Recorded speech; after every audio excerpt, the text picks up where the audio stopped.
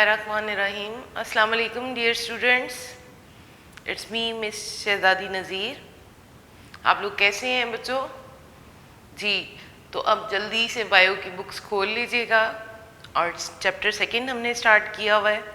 मुझे उम्मीद है कि आप लोगों ने प्रीवियस लेसन भी याद किया होगा, ठीक है? तो आप लोग जैसे ही इंशाल्लाह ताला स्कूल आएंगे तो फिर आपका टेस्टिंग का सिस्टम भी स्टार्ट हो जाएगा, टेस्ट होंगे प्रॉपर, और अभी आपने जब याद किया होगा तो आपके लिए ज़्यादा कन्वीनियंट हो जाएगा, ठीक है? तो अच्छी तरह से इसको याद करना है, मार्क करना है अपनी बुक के ऊपर और इसको रिवाइज करना है आप लोगों ने। तो सेकेंड चैप्टर में हम लोगों ने प्रीवियस लेसन में बायोलॉजिकल मेथड पढ़ा था, बायोलॉजिकल मेथड के स्टेप्स पढ़े थे, ठीक है? और malaria as an example of biological method पढ़ा था। उसी से थोड़ा सा आगे कंटिन्यू करेंगे हम। आज पढ़ेंगे जो दो इम्पॉर्टेंट टर्म्स हैं, थ्योरी और दूसरी है लॉ और प्रिंसिपल, ठीक है? तो ये बात याद रखिएगा कि हाइपोथेसिस जो है वो सेवरल टाइम एक्सपेरिमेंट से गुजरता है और बहुत सारे लोग उसको क्रिटिकली एक्सपेरिमेंटेशन के लेवल से गुजारते हैं। वो कोशिश करते हैं उस हाइपोथेसिस को डिसप्रूव करने की, ठीक है? और हर तरह के लेवल पे उसको क्रिटिकली मॉनिटर किया जाता है और सेवरल टाइम उसको एक्सपोजर दिया जाता है एक्सपेरिमेंट्स का उस हाइपोथेसिस को, ताकि अगर उसमें कोई थोड़ी सी भी बात डिसप्रूव हो रही है तो उसको गलत करार दे दिया जाए, फॉल्सिफाइड कर दिया जाए। लेकिन जब ऐसा नहीं होता, हाइपोथेसिस बार बार जितनी बार भी एक्सपेरिमेंट्स किए जा रहे हैं और हर बार वो प्रूव ही होता चला जा रहा है, तो उस हाइपोथेसिस के ऊपर बायोलॉजिस्ट का कॉन्फिडेंस और बढ़ जाता है। जब बहुत ज़्यादा एक्सपेरिमेंट्स के लेवल से गुजरता है कोई भी हाइपोथेसिस और हर बार प्रूव ही होता है, तो ऑब्वियसली उसकी सर्टेनिटी, उसके अंदर सच है, हकीकत है, और ज़्यादा बढ़ जाती है और बायोलॉजिस्ट का कॉन्फिडेंस उस हाइपोथेसिस के ऊपर मज़ीद इंक्रीज़ हो जाता है। उससे क्या होता है कि फर्दर उसको टेस्ट के लिए दूसरे बायोलॉजिस्ट भी यूज़ करते हैं और दूसरे हाइपोथेसिस के प्रेडिक्शन के लिए भी उसको समटाइम यूज़ कर लिया जाता है उसी प्रीवियस हाइपोथेसिस को। तो if a hypothesis is tested, often tested and never rejected, theory को आप ऐसे डिफाइन कर सकते हैं, the hypothesis that stands the test of time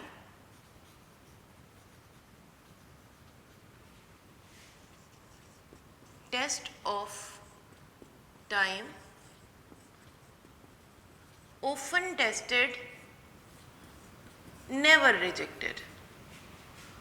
Often tested and never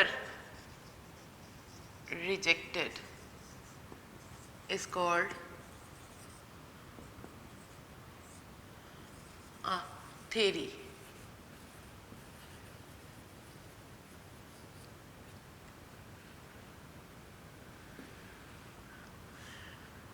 A theory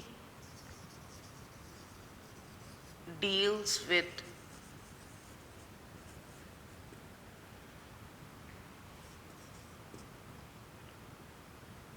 evidence.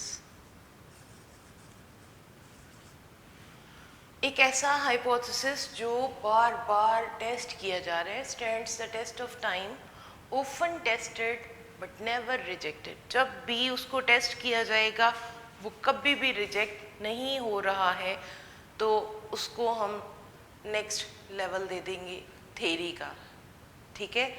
वो एक्सपेरिमेंट जो हर हाल में प्रूव हो रहा है। And a theory deals with the great deal of evidence, बहुत ज़्यादा सबूत के साथ इसको थ्योरी का लेवल दिया जाता है। बच्चों, ये डेफिनेशन है थ्योरी की, और इसके साथ यहाँ पर हमारे पास एग्जाम्पल्स हम अभी प्रीवियस लेसन में भी पढ़ चुके हैं थ्योरी की example, Darwin theory of evolution, Darwin theory of evolution, right. आपकी बुक में यहाँ पर डेफिनेशन के साथ एग्जाम्पल गिवन नहीं है, लेकिन बुक में गिवन है, ठीक है, इसलिए आपने इसको ज़रूर मार्क करना है, डार्विन थ्योरी ऑफ एवोल्यूशन। और सेकेंड एग्जाम्पल आप दे सकते हैं सेल थ्योरी की, सेल थ्योरी, राइट, क्योंकि ये थ्योरी की एग्जाम्पल विद डेफिनेशन बोर्ड में पूछी गई है, इसलिए आप इसको यहाँ पर साथ ही मार्क कर लीजिएगा, क्योंकि समटाइम बच्चे के माइंड में ये आता है कि हमारे जहाँ पे डेफिनेशन है वहाँ पे एग्जाम्पल नहीं गिवन है, तो बुक में है, इसलिए मैं आपको यहाँ पे मार्क करवा रही हूँ। Darwin theory of evolution and cell theory are the two examples of theory. अब एक प्रोडक्टिव थ्योरी जो होती है, प्रोडक्टिव थ्योरी एक ऐसी थ्योरी होती है जो और मज़ीद नए हाइपोथेसिस प्रोड्यूस करती है, नए कॉन्सेप्ट्स देती है, और मुसलसल ये टेस्टिंग जो है कहीं पे ख़त्म नहीं होती है। जहाँ कोई बात प्रूव हो जाती है तो वो किसी और नए पॉइंट को, फिर से नए पॉइंट को प्रेडिक्ट करना शुरू कर देती है, फर्दर टेस्टिंग चलती रहती है। और अब देखें कि हाइपोथेसिस जब एक्सपेरिमेंट्स के साथ प्रूव हो चुका है तो वो बन चुका है थ्योरी, और अब थ्योरी एक प्रोडक्टिव थ्योरी जो है वो मुसलसल नए आइडियाज़ दे रही है, नए नए ख्यालात आ रहे हैं। अब देखते हैं लॉ और प्रिंसिपल क्या है। लॉ और principal,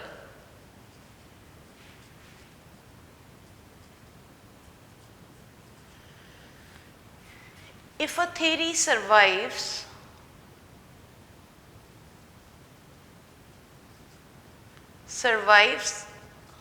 a doubtful approach and continues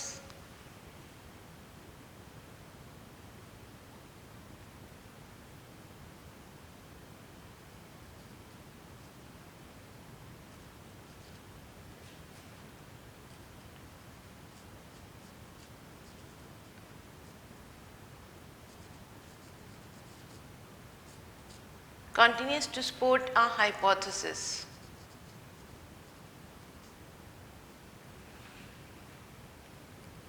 it becomes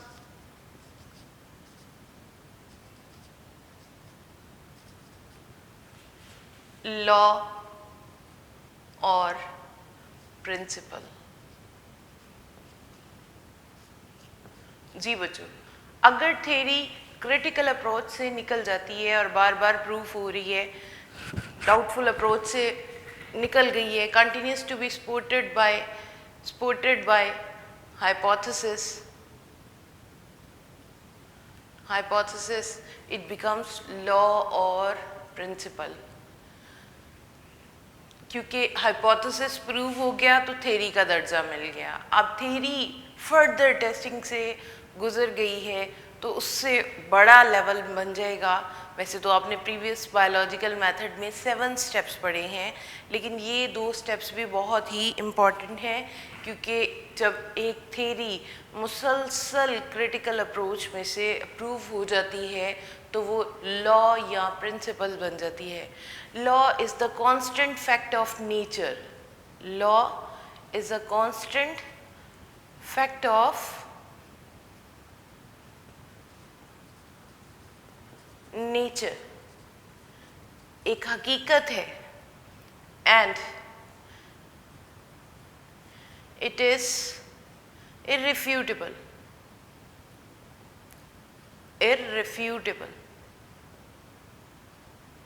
irrefutable, जिसको कोई भी किसी भी सूरत में गलत करार नहीं दे सकता, उसको झुटला नहीं सकता, उसको रिजेक्ट नहीं कर सकता, क्योंकि ये अब इस वक्त ये फैक्ट है, नेचर का हकीकत है।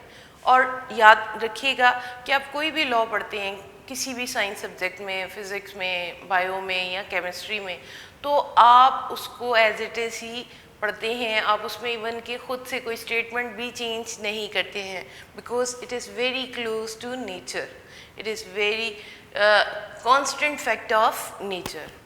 इसकी एग्जांपल हमारे पास यहाँ पर जो गिवन है that is Hardy Weinberg law. Hardy Weinberg law नाम ही उन्होंने बताया, लेकिन मैं यहाँ पे थोड़ा सा इसको एक्सप्लेन करूँगी। हार्डी-विनबर्ग लॉ, इसमें ये स्टेटमेंट दी गई है कि एक पॉपुलेशन के अंदर वेरिएशंस, एक पॉपुलेशन के अंदर वेरिएशंस एक जनरेशन से दूसरी जनरेशन तक एक कांस्टेंट लेवल पे आती हैं। वेरिएशंस चेंजेस को कहते हैं, तब्दीलियों को कहते हैं।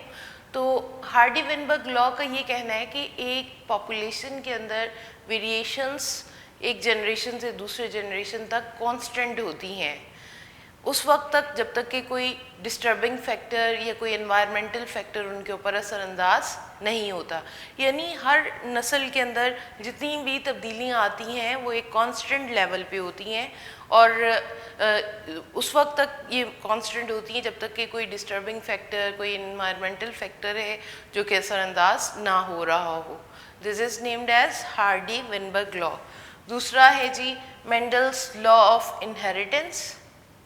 Mendel's law of inheritance. Mendel वैसे भी फादर ऑफ जेनेटिक्स भी कहलाते हैं और मेंडल ने सबसे पहले जीन्स को इंट्रोड्यूस करवाया था। इनके वैसे तो दो लॉस हैं, इनमें से एक को मैं यहाँ पे इंट्रोड्यूस करवाऊँगी। सबसे पहले जैसे मैंने आपको बताया कि मेंडल वो पर्सन है जिन्होंने जीन्स का कॉन्सेप्ट दिया था। So he is also known as father of genetics. और इनका ये कहना था कि genes exist in the form of pairs. Genes chromosome के ऊपर पेयर की फॉर्म में एग्जिस्ट करती हैं and at the time of gametes formation, जब गैमेट्स बनने का टाइम आता है, these genes separate from each other. ये जो जीन पेयर की फॉर्म में होते हैं जब गैमेट्स बनने का टाइम आता है तो एक दूसरे से अलहदा हो जाते हैं and each gamete receive only one gene from each pair. और हर गैमेट जब बनता है तो उस वक्त वो एक ही जीन रिसीव करता है, उस पेयर में से एक जीन को रिसीव करता है। और इस तरह से जब दो गैमेट्स जब फर्टिलाइज होते हैं, यूनाइट करते हैं, तो अगेन जीन्स जो हैं वो पेयर की फॉर्म में आ जाते हैं। This is one of the law of Mendel law of inheritance. तो ये था लॉ की एग्जाम्पल, हार्डी-विनबर्ग लॉ और मेंडल्स लॉ ऑफ इनहेरिटेंस। बच्चों तो लॉ क्या है? If a theory survives a doubtful approach and continuously supported by hypothesis, it becomes law or principle। और ये बार बार हाइपोथेसिस के साथ प्रूव होता चला जाता है। Law is a constant fact of nature. Law जो है वो कांस्टेंट फैक्ट है और ये इर्रिफ्यूटेबल होता है, इसको हम गलत करार किसी भी सूरत में नहीं दे सकते हैं, ठीक है। और इसकी दो एग्जांपल्स हैं, Hardy-Weinberg law and Mendel's law of inheritance. Law और प्रिंसिपल को पढ़ने के साथ ही हम अपने प्रीवियस बायोलॉजिकल मेथड के स्टेप्स को रिकॉल करते हैं, जिसमें हमने कहा था कि सबसे पहला स्टेप था बायोलॉजिकल मेथड का, बायोलॉजिकल प्रॉब्लम। और इस प्रॉब्लम के बारे में जब पता चलता है तो बहुत सारी ऑब्जर्वेशंस बनाई जाती हैं। ऑब्जर्वेशंस से हाइपोथेसिस तैयार होता है, हाइपोथेसिस से डिडक्शंस ड्रॉ की जाती हैं, डिडक्शंस ड्रॉ की जाती हैं, डिडक्शंस देन एक्सपेरिमेंट्स होते हैं। अगर याद रखिएगा एक्सपेरिमेंट्स में वो ऑब्जर्वेशंस प्रूव नहीं हो रही होती हैं, वो बात प्रूव नहीं होती है, if does not prove, if does not prove, तो क्या होगा? ये दोबारा से ऑब्जर्वेशंस के लेवल पे चले जाएंगे।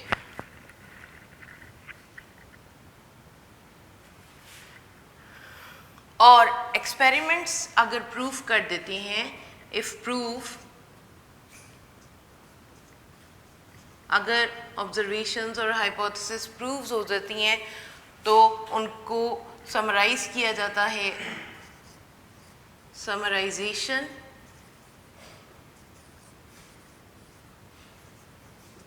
Of results, then reporting the results,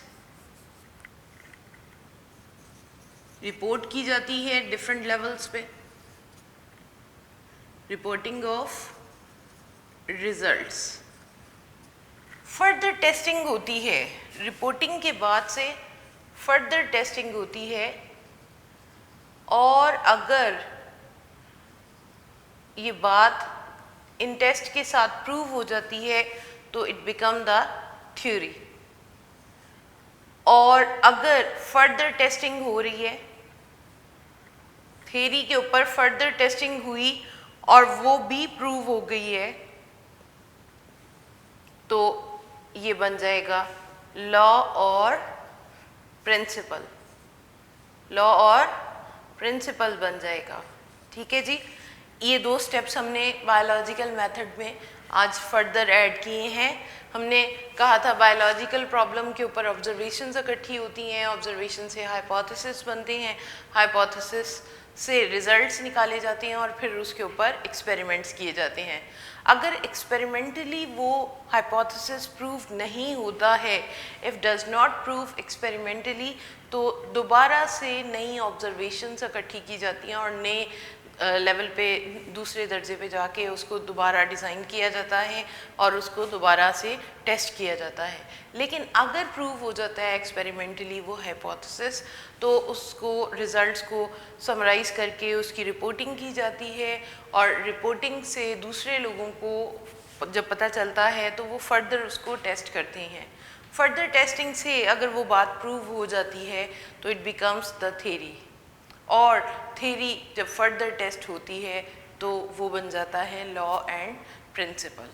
जी बेटे, इसके बाद नेक्स्ट टॉपिक है हमारा data organisation and data analysis. Are you familiar with data? Data, informations, data can be defined as informations made by observations and experiments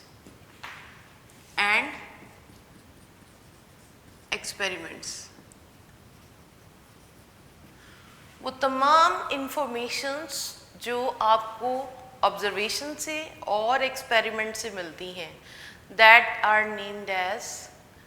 is named as data. आपने अक्सर देखा होगा मेरे हाथ में एक अवार्ड लिस्ट होती है जिसके ऊपर आपके नाम लिखे होते हैं, स्टूडेंट्स के नाम, और जब भी टेस्ट होते हैं उसके अंदर हम एक ख़ास पोजीशन में ख़ास रोल नंबर्स के साथ बच्चों के नाम होते हैं और उनमें उनके मार्क्स जो टेस्ट में वो गेन करते हैं या पेपर्स में एग्ज़ाम्स में जो मार्क्स गेन करते हैं उसके ऊपर लिखती हूँ मैं। तो वो जो आपके नामों का जो एक डाटा है, जो इंफॉर्मेशंस हैं और जो आपके गेन्ड मार्क्स हैं, that is also the example of our data. तो जब भी हम एक्सपेरिमेंट्स करने लगते हैं तो उसको डेटा को ऑर्गेनाइज करना, इकट्ठा करना, और इकट्ठा करने के भी मुख्तलिफ तरीके हैं, ठीक है, और फिर उसको चेक करना, उसको एनालाइज करना बहुत ज़रूरी होता है। ठीक है बेटे, तो फर्स्ट स्टेप है डेटा ऑर्गेनाइजेशन। डेटा क्या है ये हमने देख लिया है, informations made by observations and experiments, वो तमाम मालूमात जो आपको ऑब्जर्वेशन से और एक्सपेरिमेंट से मिल रही हैं। Now next one is data organisation. Data को ऑर्गेनाइज करना, क्योंकि बहुत सारी इंफॉर्मेशंस होती हैं, बहुत सारे रॉ फॉर्म में होता है, तो हमारे पास अगर इंफॉर्मेशंस बहुत ज़्यादा हैं, हमने उसको एक तरतीब से एक सीक्वेंस के साथ नहीं रखा, तो उससे हम कोई भी प्रॉपर एक्सपेरिमेंट नहीं कर पाएंगे। तो एक्सपेरिमेंट करने से पहले डाटा को ऑर्गेनाइज करना और रॉ फॉर्म से एक प्रॉपर फॉर्म देना बहुत ज़रूरी होती है। और साथ ही साथ में जब हम डाटा को ऑर्गेनाइज करते हैं तो उससे हमारे एक्सपेरिमेंट की क्वालिटी एनहांस होती है, एक्सपेरिमेंट के सही होने के इम्कानात बहुत बढ़ जाते हैं। इसलिए डाटा को ऑर्गेनाइज किया जाता है by using different formats. Data can be organised, data can be organized by different formats like different formats.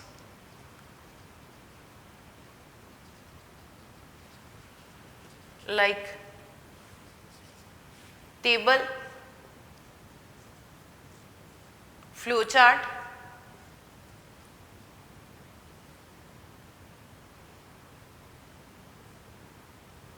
diagrams,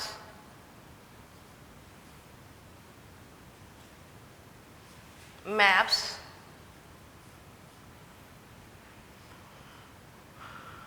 आप इस तरह से इनको ऑर्गेनाइज कर सकते हैं। कोई भी इंफॉर्मेशन है, जैसे हमारी अवार्ड लिस्ट के ऊपर जो आप स्टूडेंट्स के नाम हैं वो एक टेबल की फॉर्म में दिए जाते हैं, ठीक है। इसके अलावा हम कोई डायग्रामेटिक है डाटा फॉर्म तो हम उसको फ्लो चार्ट की फॉर्म में भी रिप्रेजेंट कर सकते हैं। देन डायग्राम्स के साथ और मैप्स के साथ हम इनको ऑर्गेनाइज कर लेते हैं ताकि किसी भी इंफॉर्मेशन को, उस डाटा में से कोई भी बात जो हम चेक करना चाह रहे हैं at that time of experiment, हम उसको प्रॉपर मॉनिटर कर सकें और हमारे पास जो गलती के इम्कानात हैं वो कम हो जाएं। So in this way data is organised. The next one is data analysis. One है बच्चों, डाटा ऑर्गेनाइजेशन के बाद जब हमने डाटा को ऑर्गेनाइज कर लिए, data analysis.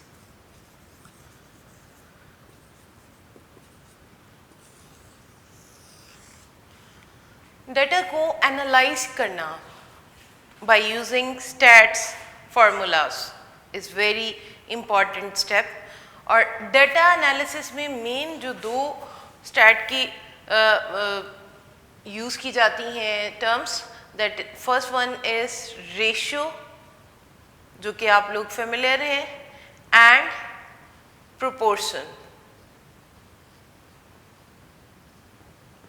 First of all देखते हैं रेशियो क्या है, देन प्रोपोर्शन को स्टडी करते हैं। Ratio is the expression of two terms, is the relationship of two terms like A और B, A and B expressed as A और B को हम expressed in the form of, in the terms of quotient। Question में हम इसको express करते हैं। For example हम इसको इस तरह से भी लिख सकते हैं और हम इसको डिवीजन साइन के साथ भी लिख सकते हैं, यानी कि रेशो या तो कॉलन मार्क के साथ एक्सप्रेस किया जाता है, कॉलन मार्क के साथ, या फिर डिवीजन मार्क के साथ, डिवीजन साइन के साथ रिप्रेजेंट किया जा सकता है। So how can we define ratio? Ratio two terms, two numbers के को हम जब क्वेश्चन की फॉर्म में एक्सप्रेस करते हैं, it is named as ratio. और it can be expressed A ratio B और A divided by B, यानी हम इसको रेशो साइन के साथ, कॉलन साइन के साथ या डिवीजन साइन के साथ रिप्रेजेंट कर सकते हैं। फॉर एग्जांपल बायोलॉजी की एग्जांपल हम ले आते हैं कि हम चाह रहे हैं कि हमने एक डाटा इकट्ठा किया है जिसमें हमारे पास 150 हेल्दी पर्सनस हैं और 50 मलेरियल पेशेंट्स हैं। 150 हेल्दी पर्सनस हैं, हेल्दी पर्सनस और हेल्दी पर्सनस और मलेरियल पेशेंट्स की हम यहाँ पर रेशो निकालना चाह रहे हैं, मलेरियल पेशेंट्स की। तो बच्चों यहाँ पे मैंने आपको बताया कि हेल्दी पर्सनस हैं 150 और मलेरियल पेशेंट्स हैं 50। तो इनमें सिंपल जो रेशो पाई जाएगी that will be 3:1। This is the relation between healthy persons and malarial patients. इसके बाद बेटे हम लोग डिस्कस करते हैं प्रोपोर्शन को। रेशो के बाद प्रोपोर्शन है।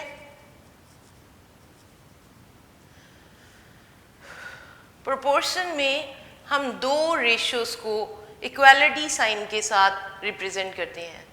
It is the relation of two ratios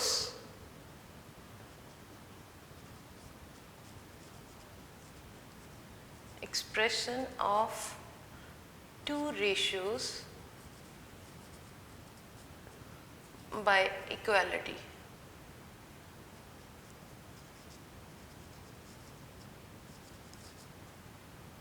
equality sign के साथ हम रिप्रेजेंट करते हैं। फॉर एग्जांपल हमारे पास एक रेशियो है A एंड B, राइट, और फर्स्ट रेशियो है और सेकंड रेशियो है C एंड D। तो हम उसको प्रोपोर्शन के साथ इस तरह से दोनों रेशियोज को एक्सप्रेस कर सकते हैं। A/B is equal to C/D। Equal sign के साथ भी रिप्रेजेंट कर सकते हैं और हम इसको प्रोपोर्शन साइन के साथ भी रिप्रेजेंट कर सकते हैं इस तरह से C and D।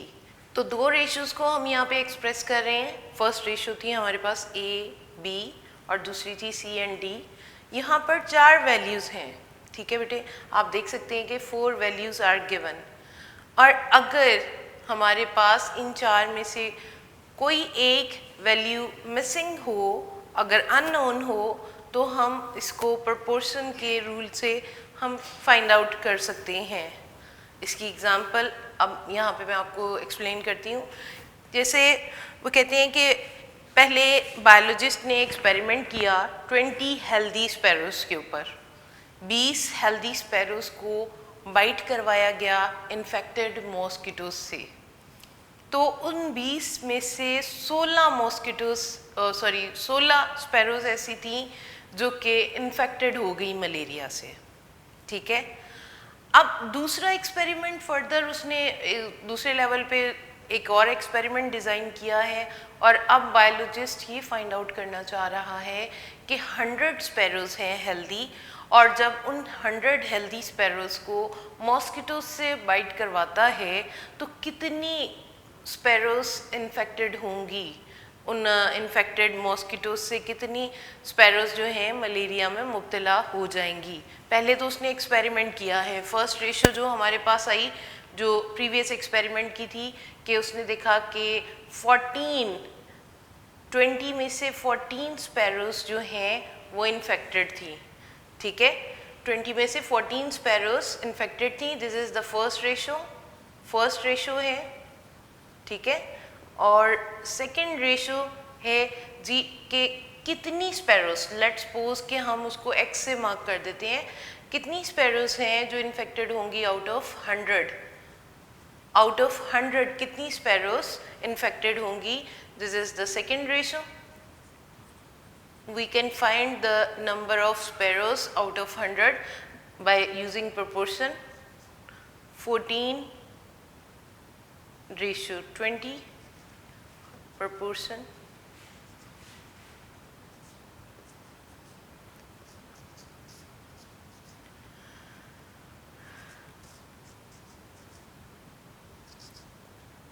by using proportion rule 120, so it will be 70 sparrows. 70 sparrows will be infected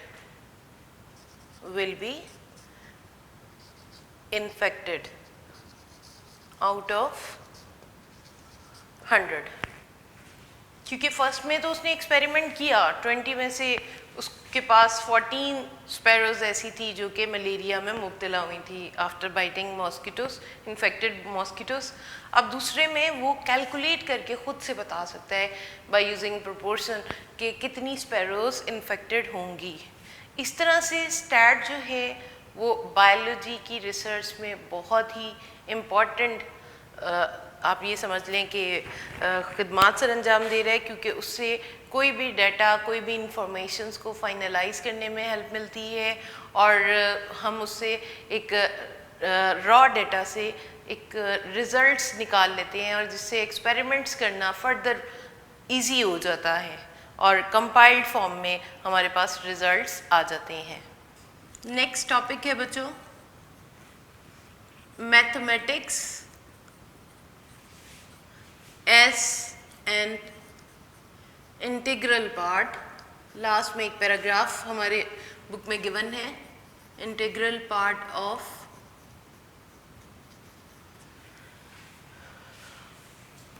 scientific process.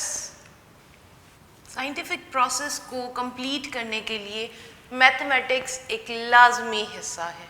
हम अगर कहें कि हमने रिसर्च मैथ्स के बगैर कंप्लीट कर ली है तो ऐसा पॉसिबल ही नहीं है, क्योंकि बहुत सारी फाइंडिंग्स हम देखते हैं कि मैथ्स के ज़रिए से ही हमें मिल जाती हैं।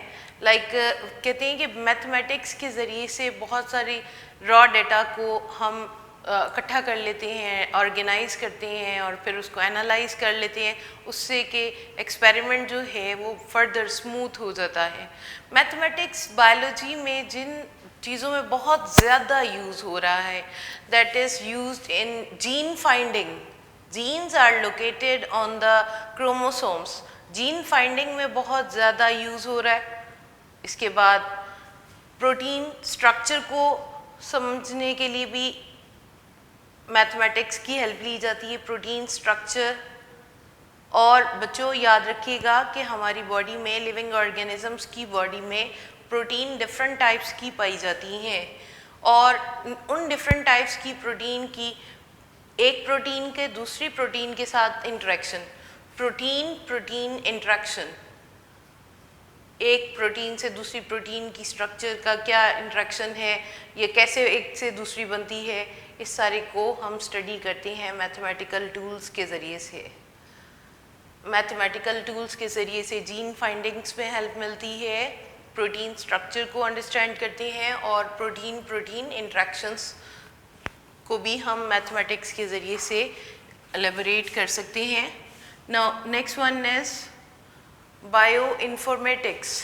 एक टर्म लास्ट में यूज़ हुई है, bio informatics.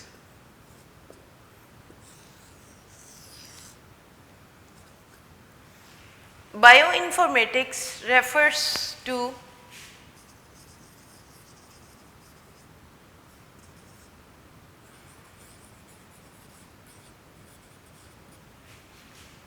computational and statistical technique.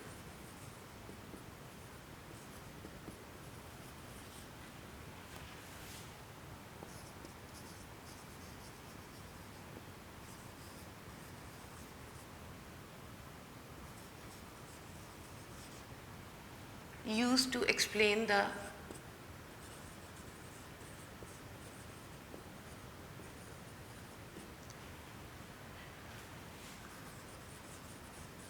hypothesis। हम बहुत सारे कामों में स्टैट के डिफरेंट टूल्स को, स्टैट के डिफरेंट फार्मूलाज को तो यूज़ करते ही हैं। अब यहाँ पर कंप्यूटेशनल टेक्निक्स भी आ गई हैं, कंप्यूटर का यूज़ भी आ गया।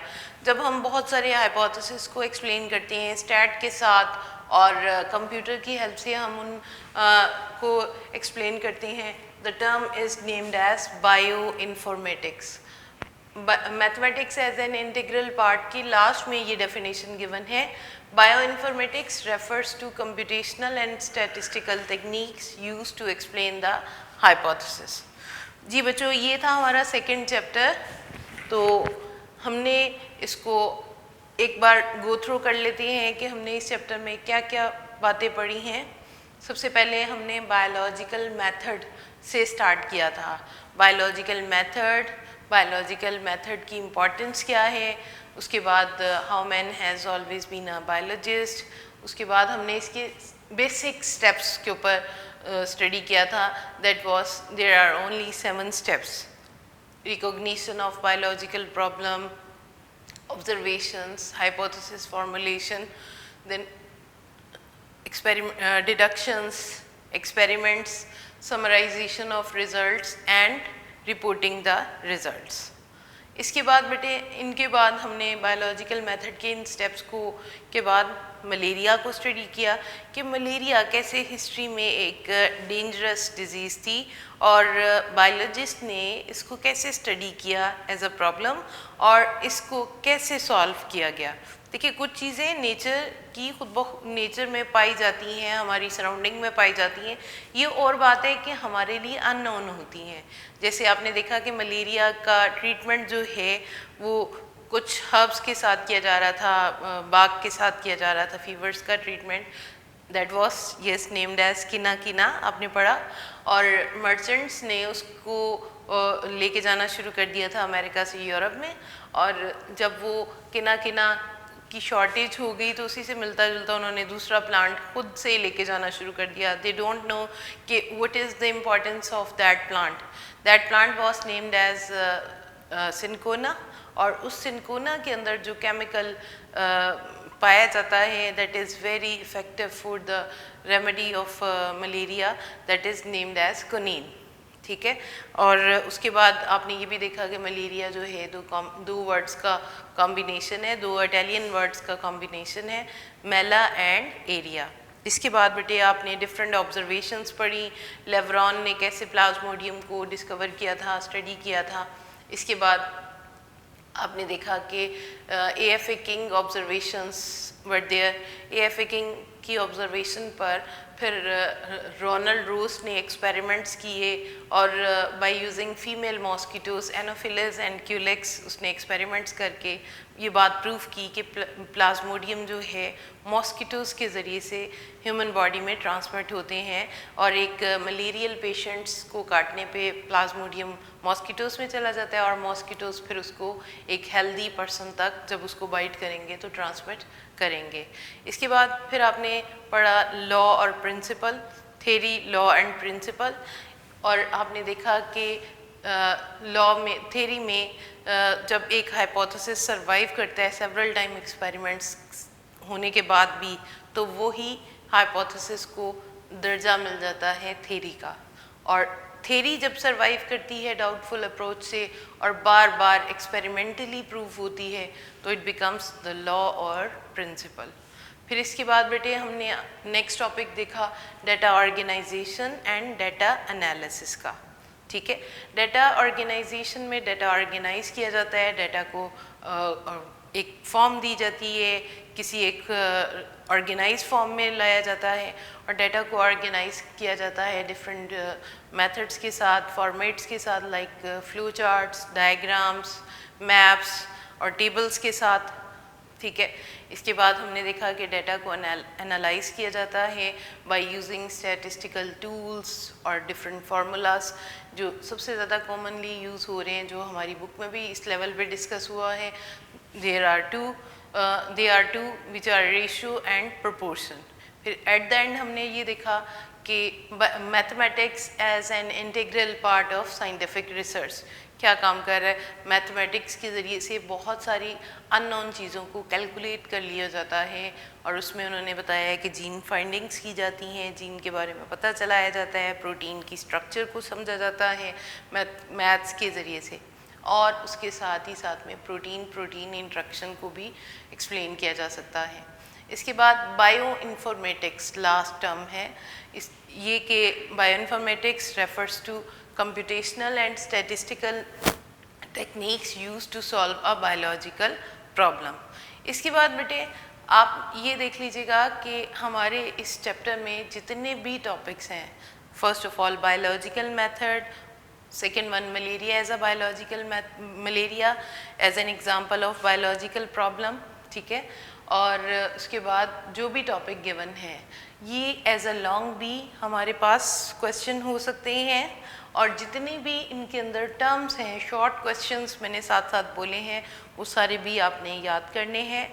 मैंने आपको प्रीवियस चैप्टर में भी ये बताया था कि कोई भी टॉपिक ऐसा नहीं है कि जो सवाल मैंने बोल दिया है वो आपको ऐसे आ सकता है, बल्कि उसमें से उसके अंदर इतनी फ्लेक्सिबिलिटी होती है कि किसी भी स्टाइल से पूछा जा सकता है। जैसे मेथड, बायोलॉजिकल मेथड के जो स्टेप्स हैं वो 2 से 3 स्टेप्स के ऊपर नोट भी आ सकता है, और biological method as a whole भी लॉन्ग क्वेश्चन आ सकता है। Malaria as an example may be the long question, और उसमें से कोई एक्सपेरिमेंट्स जो हुए हैं, रोनाल्ड रोज के experiments, may be the long question. ठीक है, लॉ और प्रिंसिपल बोर्ड में एज अ, देखें 2 डेफिनेशंस हैं जस्ट, लेकिन ये बोर्ड में एज अ लॉन्ग भी आ चुका है। Define and explain law and theory, law and principle. ठीक है, तो इसके बाद mathematics as an integral part तक ये था हमारा आज का सेकंड चैप्टर। अब नेक्स्ट टाइम मिलेंगे इंशाल्लाह ताला। अल्लाह हाफिज़।